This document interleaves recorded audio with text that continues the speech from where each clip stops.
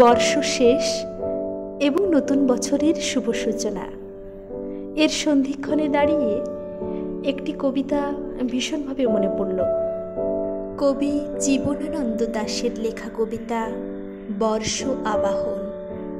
ওই যে পূর্ব তরুণ আগে দীপ্ত নীলে শুভ্র রাগে, প্রভাতে রবি উঠল জেগে দিব্য পরশ পেয়ে।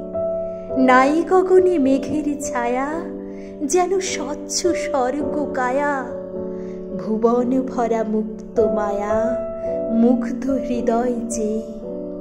অতীত নিশি গেছে চলে চির বিদায় বার্তা বলে, কোন আধারের গভীর তলে রেখে স্মৃতি লেখা। এসো এসো গো নবীন, চলে গেছে জীর্ণ মলিন, আজকে তুমি মৃত্যুবিহীন মুক্ত সীমারেখা।